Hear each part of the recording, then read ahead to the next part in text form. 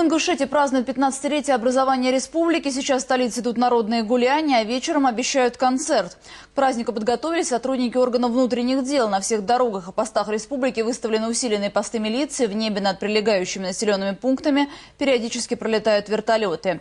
И на прямой связи со студией наш корреспондент Ольга Кири. Она следит за началом торжеств. Ольга, вам слово.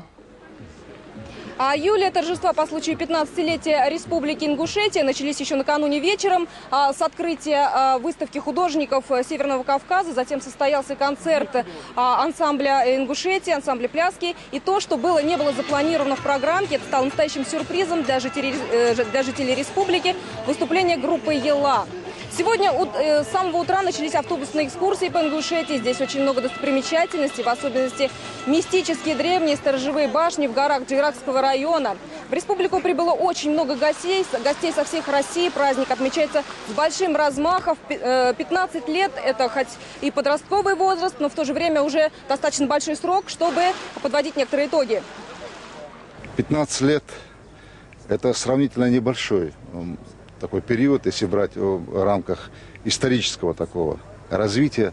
Но это то время, когда многое удалось, когда произошла переоценка ценностей. Еще раз мы убедились в том, что в составе российского государства, имея свою государственность, более качественно, более эффективно можно развиваться, и мы сегодня свидетелями являемся того, что происходит в Ингушетии именно вот этого направления. Ну а здесь, на площади в Магасе, полным ходом идут приготовления к праздничному параду и демонстрации. Монтируется импровизированная сценическая площадка. На сегодняшний вечер Магас – центр праздничных мероприятий, и жители съезжаются именно сюда, к комплексу правительственных зданий.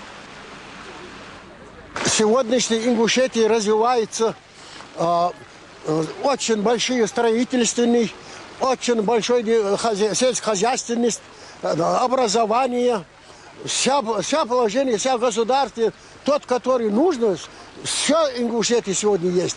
Мы все очень рады этому солнечному дню, этому красивому городу. Мы, когда сюда въезжали в Магас, нас переполняло всех чувство радости, что вот все-таки у нас такая красивая, молодая, самая молодая столица из всех российских столиц.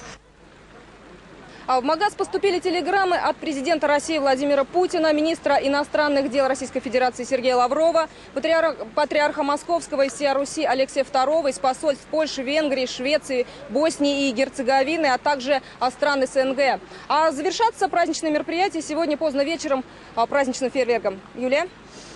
Спасибо, Ольга. Наш корреспондент Ольга Кири о начале торжеств по случаю 15-летия со дня образования Ингушетии.